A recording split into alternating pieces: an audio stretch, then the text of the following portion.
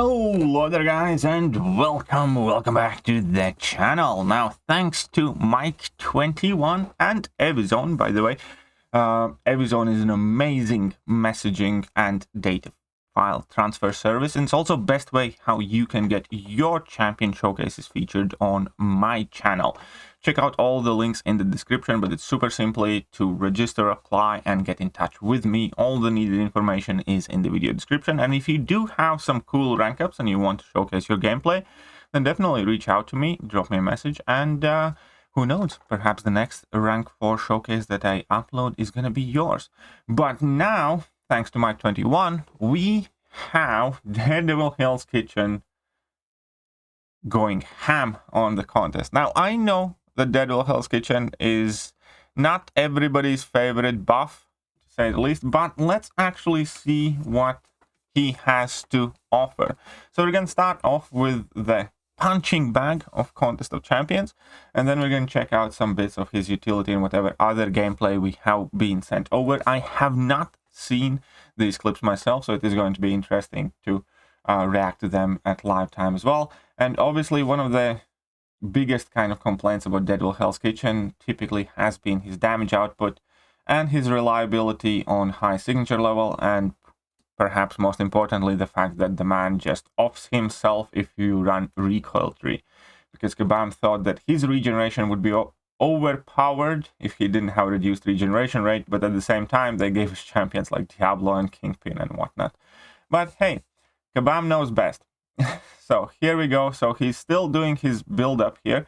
I probably would have tried to exit and enter the Styx Apprentice already at least once by this point, but he finally got his Fury up, and now with that single Fury he already is pumping in some more decent damage. There are some nice 19k crits, and that special attack in total did about what, 30, 50, 60k damage, something close to that. So it's not too bad for a level 2 right there. And at this point, the Winter Soldier is already being munched upon. Also, Daredevil Hell's Kitchen definitely benefits a ton from that Kitty Pryde synergy, which lets him activate his level 3 effect without actually having to throw that level 3 and dealing extra instant bleed damage.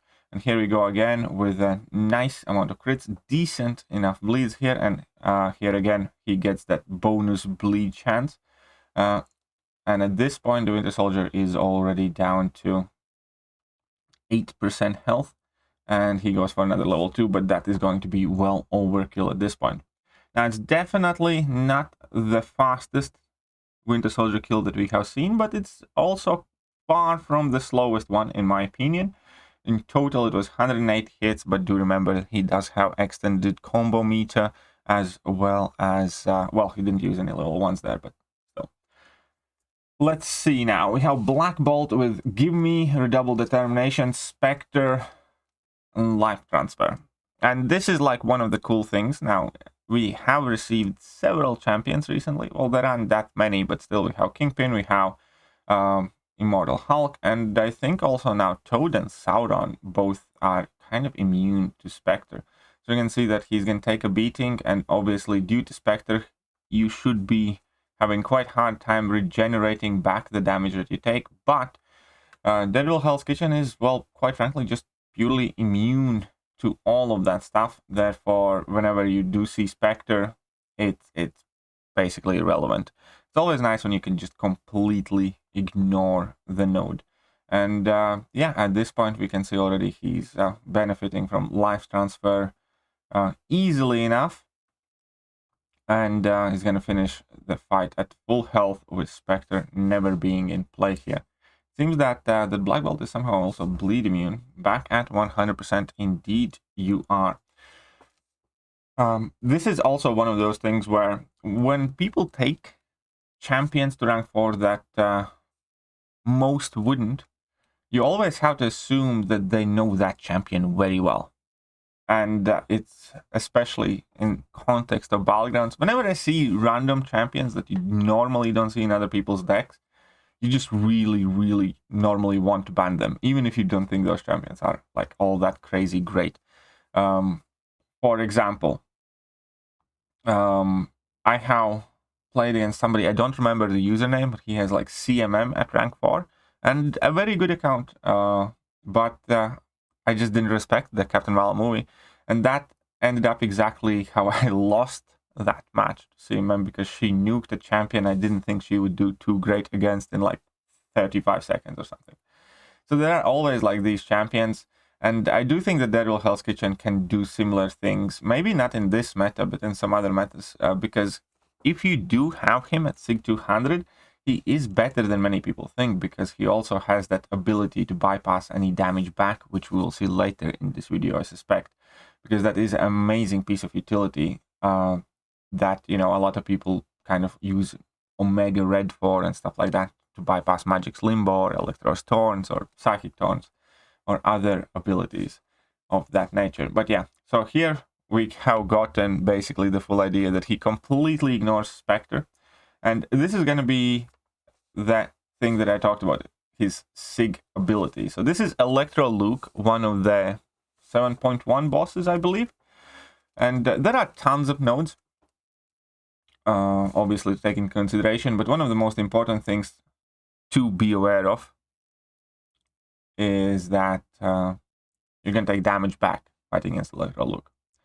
Also, one of the coolest utilities that Daredevil Hell's Kitchen has, and it's not even listed in his abilities. I think it's not listed, at least it wasn't initially, is that Daredevil Hell's Kitchen cannot miss. And the idea there of that Easter egg was that he's blind.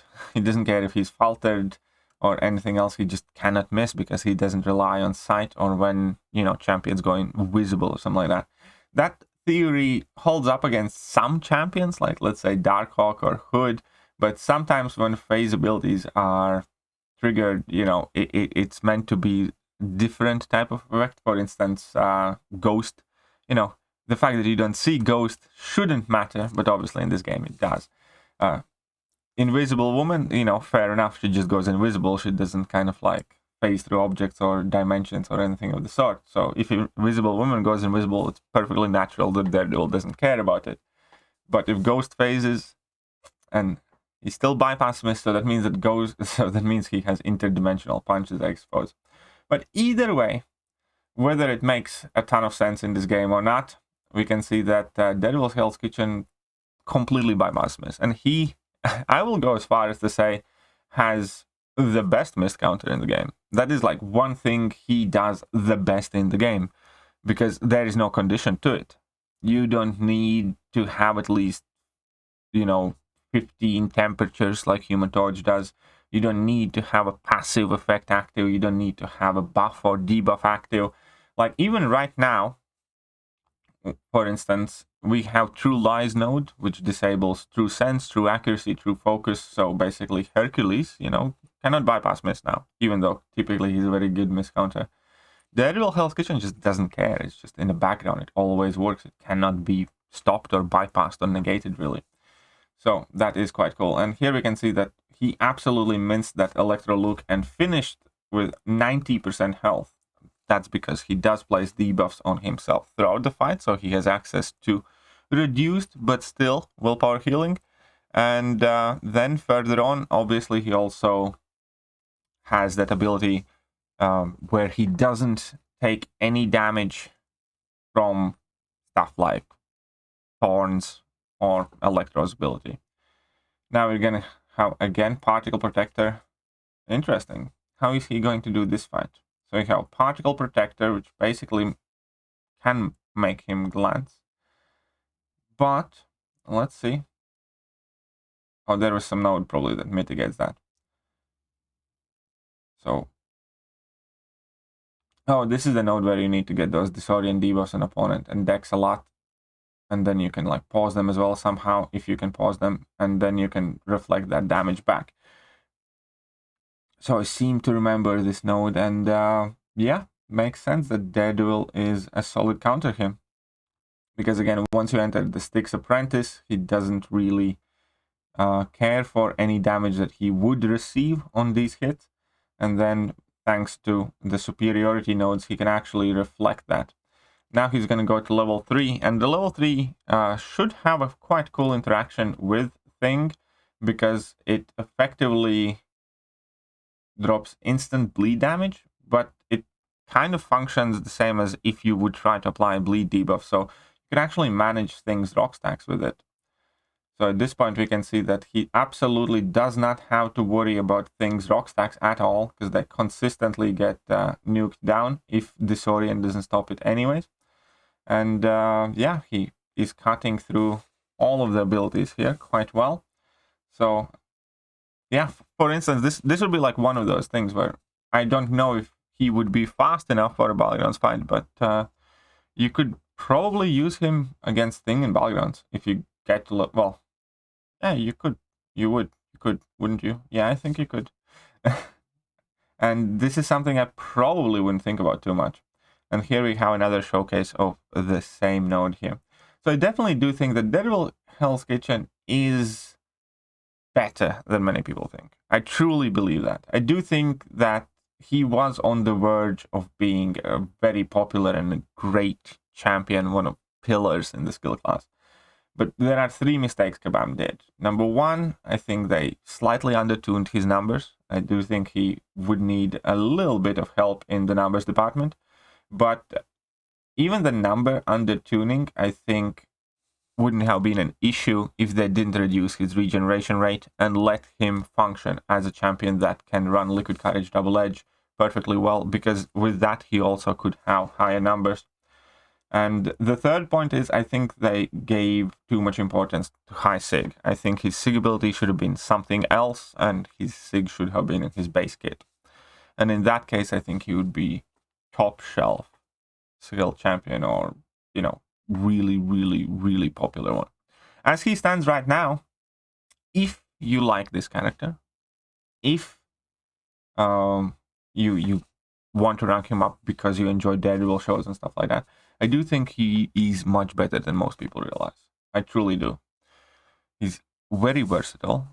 He has, like, as a skill champion, access to Shrug Off, Bleeds, ability accuracy reduction. He negates damage when he strikes the opponents.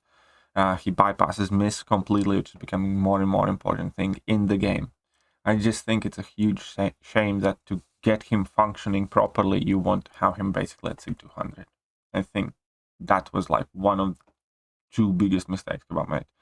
Reduced regeneration rate and how important his SIG is. But if somebody is committed enough, take him to SIG 200, rank him up, I think he can put in work. I truly do. Let me know what you guys think. And once again, huge thank you to Mike21 for sending through the footage. And I hope you guys enjoyed the video. Do not forget to hit that like button on your way out.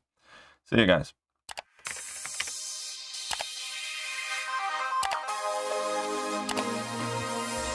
Hello there guys, and welcome back to the channel. So we have all the information about the